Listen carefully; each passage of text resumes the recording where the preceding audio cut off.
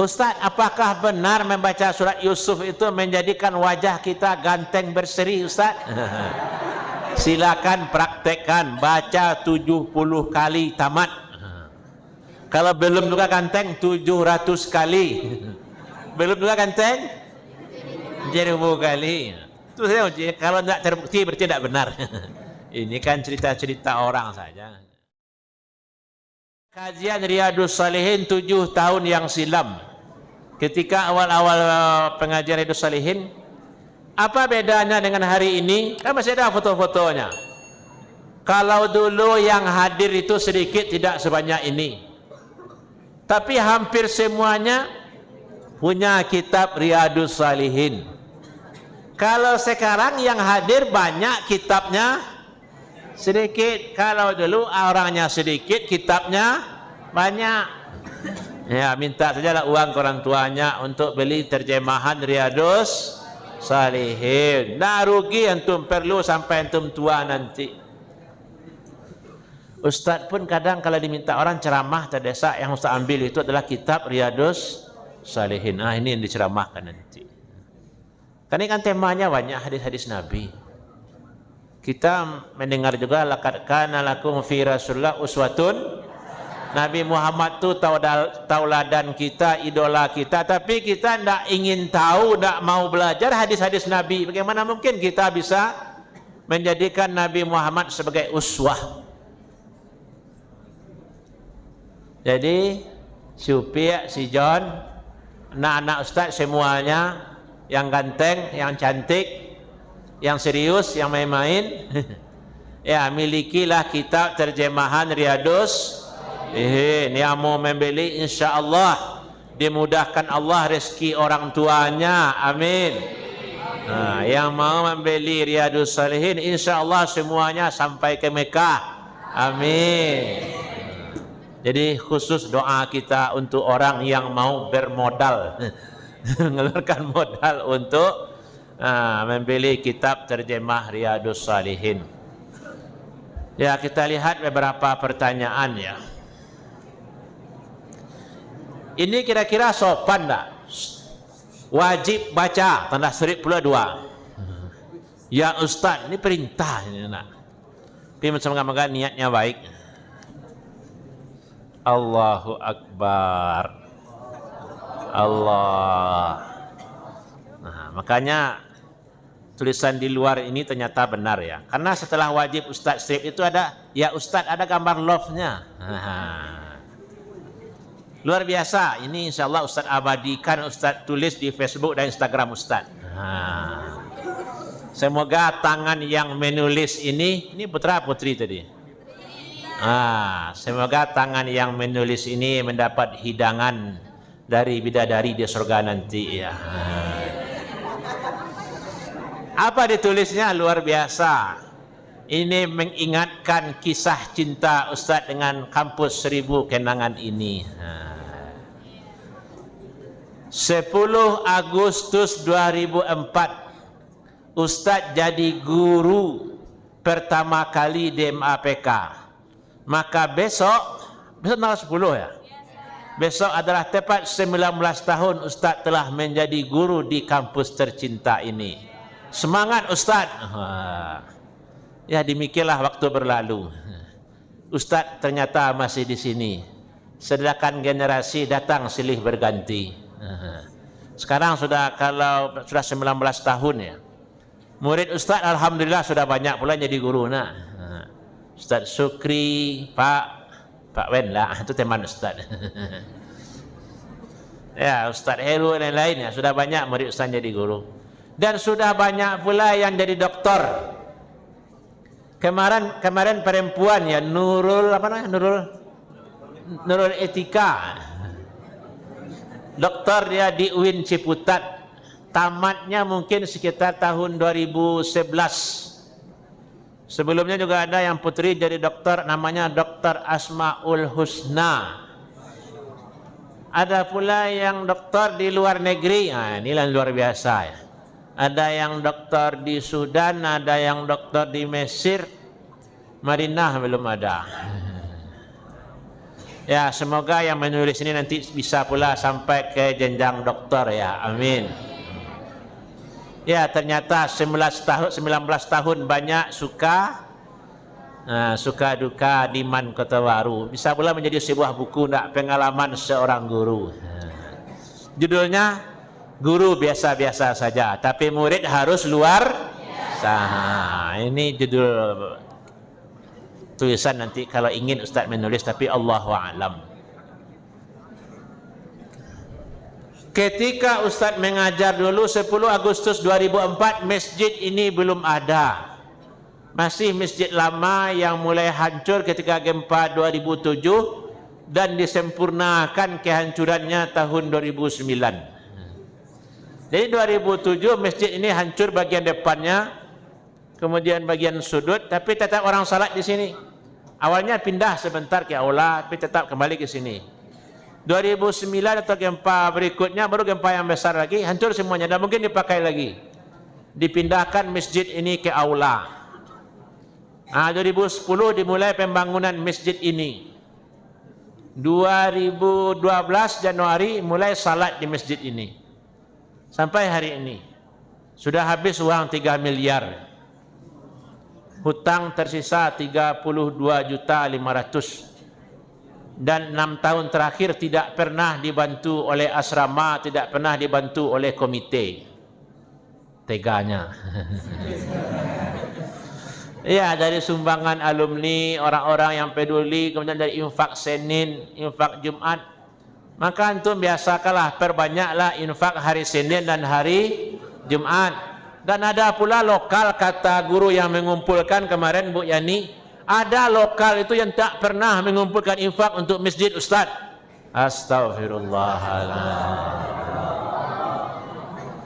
Jadi besok hari Jumat masuk semuanya yang ketua-ketua kelas. Kalau dulu diumumkan lokal infak terbanyak, lokal ini. Kalau nanti perlu pula diumumkan tak, lokal paling sedikit. Jangan sampai seperti itu. Maka kalau ada orang tua antum, orang kaya, ya entahlah sumbangan untuk masjid ini. Ya sudah 23 tahun pembangunan masjid ini. Nah, berarti ini disimpan ya, sejarah. Lembaran sejarah. Ini lain lagi, pakai bunga ngirim ke Ustaz. Kira-kira apa isinya ini? Ini harus izin Umi baru boleh dibuka ini. Jangan-jangan isinya yang aneh-aneh nanti nak. Ada saja. Ini MPO nih, menarik perhatian. Isinya biasa-biasa saja. Cuma karena dia penuh harap agar pertanyaannya dibaca. Ya, pertanyaan pertama, berarti anak ini dia baca kumpulan tulisan murid Ustadz ketika Ustadz pertama kali mengajar di sini Agustus 2004, hari Rabu jam setengah 3. Karena orang tutor itu 2:30 sampai 3:30. Jadi anak MAPK, anak MAN, anak MAKN dulu jauh bedanya dengan generasi hari ini. Jadi dulu kita masuk lokal itu anak itu mencatat. Jadi Ustaz mengajar mulai Agustus, kan semester 2 itu Agustus sama dengan sekarang kan semester 1 nah. Agustus, September, Oktober, November, Desember. Dan itu hanya sore saja. Januari nanti baru Ustaz ngajar pagi 2 bulan. Setelah itu orang ujian akhir. Semua yang Ustaz sampaikan, nasihat Ustaz, hal-hal penting semuanya dia tuliskan. Ini tidak mota seperti anak di belakang tu. Tapi apa yang keluar dari mulut Ustaz dia tuliskan. Kemudian dia kumpulkan, ini catatan Ustaz, saya selama belajar dengan Ustaz. Sehingganya mereka hitung, jadi antum belajar dengan Ustaz itu berapa jam? Kalau pagi itu kan 40 menit, kalau 2 jam berarti 80 menit. Kemudian dijumlahkan semuanya, dari awal dia belajar sekali seminggu dengan Ustaz hari Rabu, semester 1, kemudian belajar pagi semester 2, semuanya kalau dihitung dengan menit waktu 68 jam.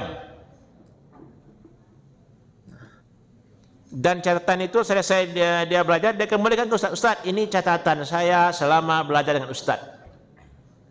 Kemudian ada pula anak putra yang mencatat pula seperti itu. Yang putri itu namanya Mir'atul Hayati, yang mencatat apa yang Ustaz sampaikan. Alhamdulillah, Allah memberkahi tangan yang rajin mencatat itu. Sekarang dia menjadi dosen di UIN Ciputat dan menjadi ketua jurusan, atau ya menjadi ketua jurusan di UIN Ciputat, di dosen dia. Sementara yang putra yang menambahkan catatan itu namanya Hafizullah. Dia sekarang juga menjadi dosen PNS di IAIN Batu Sangkar, di UIN Batu Sangkar. Jadi tangan-tangan yang rajin mencatat itu tidak sama dengan tangan yang mengaduh-gaduh kawan, mengurui-urui kawan, atau beda itu. Barasian katombe itu beda itu. Ini contoh fakta. Ketika dia mencatat apa yang Ustadz sampaikan dulu, dia tidak membayangkan kalau catatan itu abadi sampai hari ini. Dia tidak membayangkan Agustus 2004 hari Rabu itu awal pertemuan dengan Ustadz akan mengantarkan dia menjadi dosen di UIN Ciputat hari ini. Tidak pernah dia membayangkan. Tapi di saat dia memiliki tradisi yang baik dalam menulis, tradisi yang benar dalam belajar, akhirnya dia sukses. Ini fakta, bukan teori lagi. Kalau teori cara belajar, cara mengajar sangat banyak, tapi ini realita yang ada. Makanya antum biasakan menulis, jangan galak-galak setiap hari ya. Lagi anak sehat, galak, dicari ustaz, diam, tak dicari mau tak.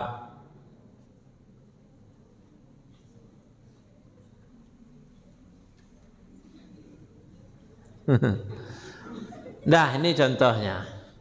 Jadi orang dulu itu bisa menghitung berapa jam, menit belajar dengan Ustaz.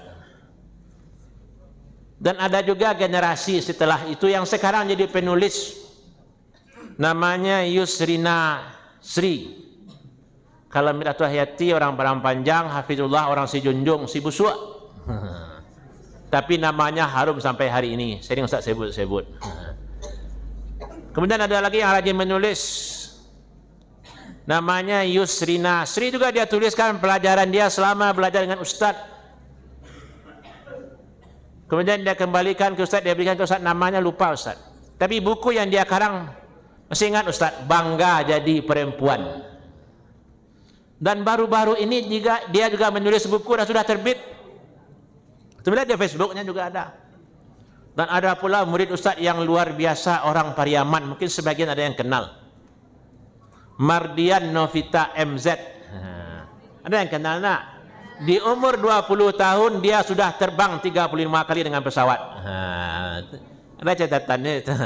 Penerbangan yang kesekian di usia kesekian. Karena dia rajin menulis, tidak menuang saya.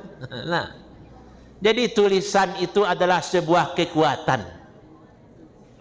Wa a'lamun la tuhsa. Dan tokoh-tokoh yang tidak terhitung yang membangun vila keabadian mereka dengan pena dan itulah bangunan yang paling kokoh. Imam Bukhari sampai hari ini kenal orang namanya karena dia menulis. Imam Nawawi karena dia menulis dikenal orang, Riyadhus Shalihin abadi namanya sampai hari ini. Inilah manfaat menulis, dan ini berlaku untuk semua bidang ilmu pengetahuan, pakar fisika, kimia, biologi, sosiologi, tafsir, hadis, fikih, sama semuanya. Maka biasakan menulis, biasakan mencintai buku. Ya, bukuku kakiku. Tanpa buku aku tidak bisa berdiri. Tanpa buku aku tidak bisa berjalan. Makanya baca di pustaka itu ada judul buku, bukuku, kakiku. Ustaz punya buku itu dulu. Dipinjam oleh anak-anak, sampai sekarang tidak kembali. Makanya Ustaz tidak mau lagi meminjamkan buku. Nah, ini sedikit nostalgia. Termasuk antum bertanya tadi 10 Agustus, Rabu. Terakhir mereka belajar dengan Ustaz di Aspi 4 sekarang. Yang paling dekat ke sini, yang jalan di samping ini ya, itu lokal mereka. Terakhir kali Ustadz mengajar mereka itu hari Selasa. Maka ada puisi Ustadz Selasa yang terakhir. Ustadz bacakan puisi, mereka balas pula dengan puisi.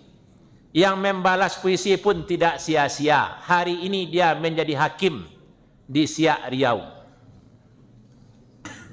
Namanya Nini, ada adiknya kemarin tamat 3 tahunnya lewat, tidak salah Ustaz. Dia tulis puisi, kan sederhana itu. Ustaz buat puisi, dia nulis puisi pula. Ternyata berkah. Jadi hakim dia hari ini. Orang kampung Ustaz Sukri, dekat rumah Ustaz Sukri rumahnya. Namanya lupa Ustaz. Tapi bisa antum cari nanti. Seperti itulah kehidupan uni-uni antum dulu, senior antum dulu. Maksud yang laki-laki, kakak-kakak antum dulu. Sukses mereka, berhasil mereka karena mereka rajin. Mau menulis. Ya, yang punya buku, yang antum fotokopi Luasnya Lautan Ilmu kan terakhir itu ada anak. Selasa yang terakhir judulnya kan? Masih ingat Ustaz. Tanggal berapa itu? Siapa yang baca puisi? Nini, siapa nama? Ninit, siapa nama? Lupa Ustaz nama orangnya. Dia hakim hari ini. Jadi antum itu harus berpikir ke arah itu. Orang tua antum menyuruh antum sekolah Keman Kota Baru, kan kenal banyak orang-orang sukses itu kan. Moga-moga anaknya juga seperti yang diceritakan Ustazul Hamdi tadi. Jadi dokter, jadi ini. Masuk yang calon ibu-ibu ini. Nah, kembali ke pertanyaan. Izin bertanya Ustaz, kenapa Khatib Al-Baghdadi disebut sebagai bapak perbukuan Ustaz? Ini Ustaz yang punya ide ngasih nama ini. Sama kampus 1000 kenangan itu Ustaz yang ngasih nama, tidak berhak orang lain nukar-nukarnya itu. Ya, kenapa Khatib Baghdadi bapak perbukuan? Karena Khatib Baghdadi itu selalu dalam bukunya mendorong orang untuk belajar.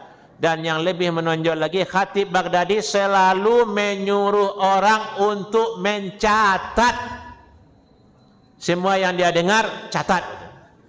Dia karang buku Tadwinul Ilmi, Taqyidul Ilmi, perintah untuk menulis. Dan ini yang Ustaz sampaikan kepada kakak-kakak antum dulu, alumni-alumni dulu, sehingga mereka terbiasa menulis. Sehingga mereka menjadi penulis hari ini, mereka menjadi sukses. Ya, maka antum pun biasakanlah menulis.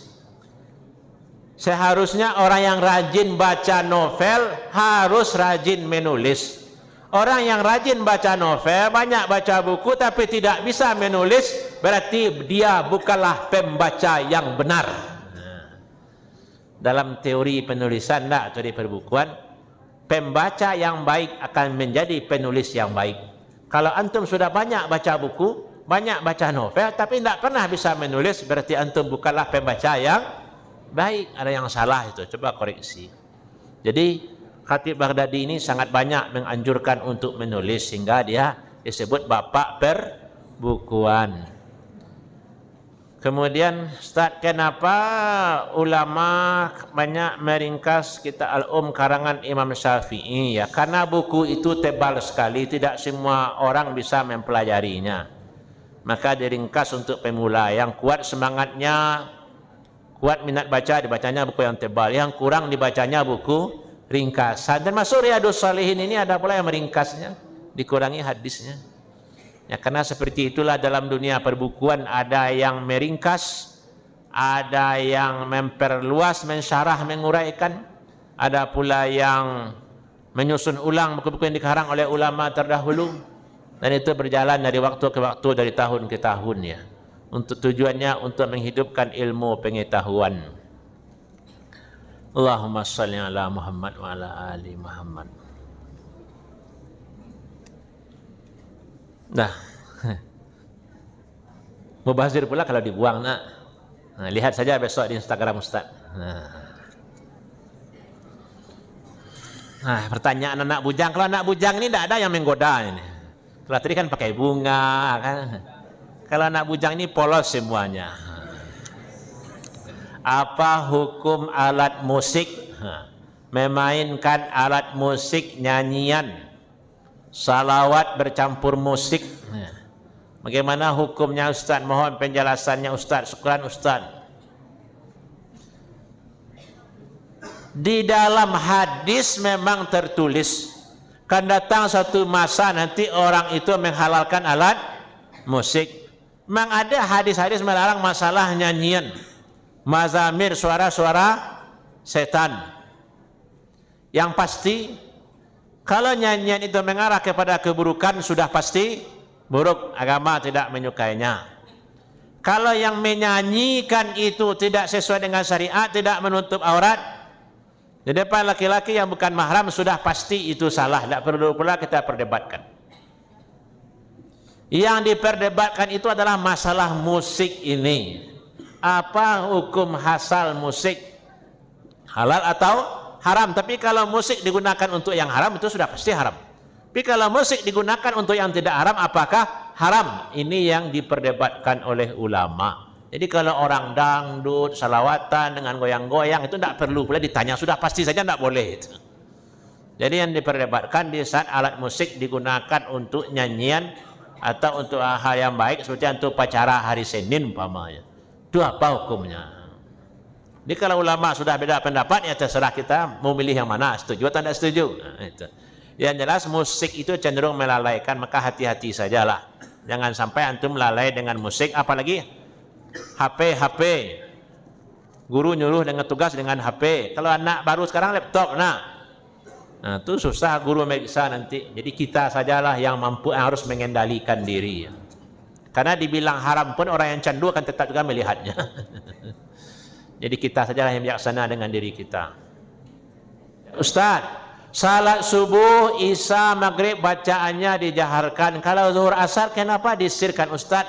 Karena seperti itu dicontohkan oleh Rasulullah. Ustaz, apakah benar membaca surat Yusuf itu menjadikan wajah kita ganteng berseri Ustaz? Silakan praktekkan, baca 70 kali tamat. Kalau belum juga ganteng 700 kali. Belum juga ganteng 1000 kali. Itu saya uji, kalau tidak terbukti berarti tidak benar. Ini kan cerita-cerita orang saja. Ustaz, kenapa harus ada mazhab Ustaz? Kenapa kita tidak langsung saja ikut Al-Quran, hadis Ustaz? Ini kan bagus, nah. Di zaman Rasulullah kan tidak ada mazhab-mazhab. Orang belajar dari Rasulullah. Setelah wafat Rasulullah, orang belajar dari sahabat. Orang ingin tahu bagaimana cara salat, bertanya ke Abu Bakar. Bertanya ke Utsman, bertanya ke sahabat-sahabat Nabi. Demikian juga generasi setelah itu wafat pula sahabat tabi'in pun ditanya orang bagaimana cara salat, cara puasa, cara haji. Kemudian ilmu manusia terus berkembang. Orang mulai makin banyak menulis. Kalau zaman Rasulullah orang kan kurang banyak yang pandai tulis baca. Akhirnya orang mulai menuliskan hadis. Dituliskan orang hadis cara beribadah, hadis tentang akidah. Kemudian ditulis orang buku-buku tentang fikih, akhlak dan sebagainya. Akhirnya lahirlah buku fikih seperti karangan Imam Syafi'i, dan buku itu banyak orang tertarik, banyak orang yang percaya. Akhirnya dia menjadi yang namanya mazhab Imam Syafi'i. Imam Ahmad seperti ini pula pemahamannya terhadap hadis, lahir pula mazhab Imam Ahmad. Imam Malik seperti itu pula pemahamannya terhadap hadis, lahir pula mazhab Maliki. Jadi mazhab itu ada hasil dari pemahaman terhadap Al-Quran, hadis dan ya perkataan para sahabat. Seperti itu dalam perjalanan sejarah. Dan kita tidak akan bisa langsung kepada Al-Quran dan hadis tanpa bantuan dari para ulama. Apa maksud ayat? Harus bertanya kepada ahli tafsir. Apa maksud hadis? Harus bertanya kepada para ahli hadis. Mungkinkah kita bebas dari mazhab kalau kita banyak membaca buku-buku fikih? Ya akhirnya mazhab kita mazhab campur aduk lah. Nah, seperti kita hari ini, kemarin Ustaz tanya lokal 11 atau 12 di Islamik ya. Siapa yang ketika berwudu itu mengusap rambutnya 3 kali? Ternyata hanya 3 orang dan ketiga-tiganya dari MTSN. Kalau yang dari pesantren semuanya hanya sekali saja, tidak ada yang 3 kali. Ustaz tidak tahu pula antum di sini. Ini kan pengaruh ini. Kan ini sudah keluar pula dari mazhab yang biasa. Kakek nenek kita berduduk pasti 3 kali enggak? 1, 2, 3. Biasanya saja satu lokal hanya 3 atau 4 orang yang masih seperti itu. Yang lainnya sudah berubah saja karena sudah beda pula buku yang diajarkan. Kita sudah bergeser pula dari mazhab Syafi'i. Jadi kita tidak bisa pula mengatakan kita ini adalah penganut sejati mazhab Syafi'i. Nah, tahu Ustaz antum masih gini-gini atau sekali saja? Tergantung pesantren mengajarkan mungkin. Nah, demikian pula si Buyung ini tergantung pesantren yang mengajarkannya. Kalau kita di Kota Baru ini apa mazhab kita Ustaz? Nah, kalau ada yang bertanya, nah, kita apa buku yang diajarkan oleh guru itu yang kita ikuti. Kalau guru fikih pasti Ustaz Erfi Wandi, Ustazah Alfinarita, itu yang kita ikuti. Kalau antum yang di PK, antum belajar fikih sunnah, tidak ada mazhabnya itu. Ustaz ini orangnya. Ketua MUI Padang Panjang tuh. Termasuk dulu pernah pula Komisi Fatwa MUI Sumbar. Bahkan kemarin atau tadi malam saya cerita dengan seorang ustaz. Kalau orang bertanya ke ustaz, bagaimana menurut mazhab Syafi'i hukum ini ustaz? Apa jawaban ustaz? Silakan lihat Nyak Gogel. Karena di situ yang ada. Karena ustaz tamat dari SD, ustaz masuk ke sanawiyah, ke pesantren. Kitab yang ustaz pelajari Fikih Wadih karangan Mahmud Yunus, tidak salah. Tidak ada mazhab-mazhab di situ 3 tahun. Masuk ustaz ke kampus 1000 Kenangan ini Juli 1994 sampai ustaz tamat Juni 1997. Di sini belajar fikih sunnah, tidak ada mazhabnya. Kuliah pula ustaz ke Madinah 1998 sampai 2004. Belajar kitab Bidayatul Mujtahid, tidak ada pula mazhabnya. Jadi tidak ada Syafi'inya, tidak ada Maliki-Malikinya, tidak ada pula Hambali-Hambalinya. Seperti itu perjalanan ustaz sampai hari ini. Dan ustaz beribadah bagaimana ustaz? Ya sesuai apa yang ada dalam hadis. Lihat fikih sunnah, lihat sifat salat Nabi, itu saja. Tidak ada mazhab tertentu. Kalau ustaz tidak ada keterangannya, ustaz ikuti saja pendapat ulama. Mana sesuai selera. Apakah mazhab Syafi'i mau diikuti, Maliki, ya kita pilih saja. Itu berdasarkan ilmu dan pertimbangan. Ini yang perlu antum pahami. Jadi pertanyaan tentang mazhab itu kadang banyak orang bertanya hari ini. Ustaz, aduh kawan wa Ustaz, saya tiap pulang kampungnya minta sambal, saya taruh Ustaz. Tapi kalau ada pitihnya tidak pernah magih awak ambalian awak ada Ustaz. Antum kan ikhlas. Kita itu membantu orang, jangan harap pujian, jangan pula berharap balasan. Tapi kita yang sering dibantu orang hendaknya tahu diri. Dalam riwayat apa? Man atakum ma'rufan fakafi'u wa illam tukafi' fad'u lahu. Siapa yang berbuat baik kepadamu, balasnya cok magih wak sambal dari kampung. Tapi kalau wak pulang kampung tanang-tanang saya sambal bandoan untuk 1 semester. Nah, itu kan yang salah. Jadi siapa berbuat baik kepada kita, balaslah kebaikan itu, kata Nabi. Kalau tidak mampu membalasnya, doakan, ya Allah panjang je umurnya, ya Allah sihat je badannya, ya Allah tambah coknya nyembuh sambal, ya Allah. Kan itu boleh berdoa. Jadi ikhlas membagi. Minggu kemarin yang pulang yang mana? Putri nak banyak di pasar atas Ustaz lihat, penuh pasar atas dan Nakman. Ada pula yang belanja ke Asmara Jaya ke bawah. Ada pula ke lantai pasar atas Ustaz lihat. Yang pulang kampung bawa makanan, jangan pula disimpan untuk 1 semester ya. 1 bulan, 1 minggu. Menolong orang, menolong diri, patut diingat sampai mati. In ahsantum ahsantum. Ya, kalau kamu berbuat baik, kebaikannya untuk diri kamu. Ustaz, Kapan orang itu dikatakan sukses, Ustaz? Tadi di lokal ada pula yang bertanya, Ustaz kira. Tak putri, tak putra. Kapan orang dianggap sukses? Orang itu sukses di saat tujuannya tercapai. Antum kalau ingin tamat di Man Kota Baru, alhamdulillah antum tamat, itu sukses. Orang berdagang batagor di depan itu, apa yang paling enak antum beli di depan itu? Nah, somai dan sebagainya. Habis jualannya laris, berarti dia sukses. Guru mengajar di lokal agar anaknya hebat, juara ini itu, ternyata apa yang diinginkan tercapai, sukses. Ustadz menceramah antum malam ini, datang Ustadz ke sini. Moga-moga hari esok antum menjadi orang baik semuanya. Andai antum menjadi orang baik, nanti di kampung antum, di Padang Sibusuk, Padang Siharum, di Riau, di Jambi, ya berarti sukses Ustadz. Dan Ustadz memang membayangkan kesuksesan antum semuanya. Sebagaimana murid-murid Ustadz yang dulu sukses, ya antum hendaknya juga sukses. Bahkan semua guru ingin seperti itu. Dah jam berapa ini?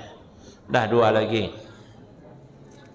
Jadi kapan orang sukses? Di saat dia mendapatkan yang diinginkan. Jadi kalau kita berdoa, Rabbana atina fid dunya hasanah wa fil akhirati hasanah wa qina. Kalau kita bahagia di dunia diberikan oleh Allah, berarti kita bahagia, sukses. Di surga nanti, di akhirat masuk surga, berarti sukses. Selamat dari api neraka, berarti sukses. Dan inilah sukses yang paling tinggi, menjadi hamba yang dicintai oleh Allah Subhanahu wa ta'ala. Assalamualaikum Ustaz. Yang azan maghrib tadi, Masya Allah suaranya Ustaz.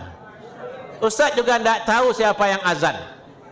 Sebelum antum menilai, Ustaz juga menilai. Tadi Ustaz bertanya kepada siapa, ada nak Ustaz di asrama, kata Ustaz. Ternyata ada anak, jawab, Ustaz pergi ke asrama. Ketika Ustaz sampai di asrama, Ustaz cerita, Ustaz Sukri, Ustaz Nabil, terdengar azan. Memang bagus suaranya. Deh, si azan dok sabanalih sayinya, kata Ustaz. Memang bagus suaranya. Dan dia itu laki-laki. Siapakah orangnya? Berapa nomor HP-nya? Rahasia. Jangan dicari ya. Allahumma shalli. Ya, semoga yang azan tadi istiqamah dalam kebenaran. Amin. Semoga menjadi seorang ulama. Amin. Ustaz, kalau kita gagal terus bagaimana Ustaz? Kita ingin jadi orang salehah Ustaz, tapi gagal terus Ustaz. Berusaha terus. Jangan pernah putus asa. La ta'asu min rahmatillah, la ta'asu min rahmatillah. Jangan pernah putus asa dari rahmat Allah. Semoga antum selalu berusaha ke arah yang lebih baik. Semoga antum sukses semuanya. Kita cukupkan sampai di sini. Alhamdulillahirabbil alamin. Semoga cerita-cerita kesuksesan orang-orang terdahulu, hadis yang kita baca, semuanya diberkahi oleh Allah hendaknya. Amin amin ya rabbal alamin. Billahi taufiq wal hidayah. Assalamualaikum warahmatullahi wabarakatuh.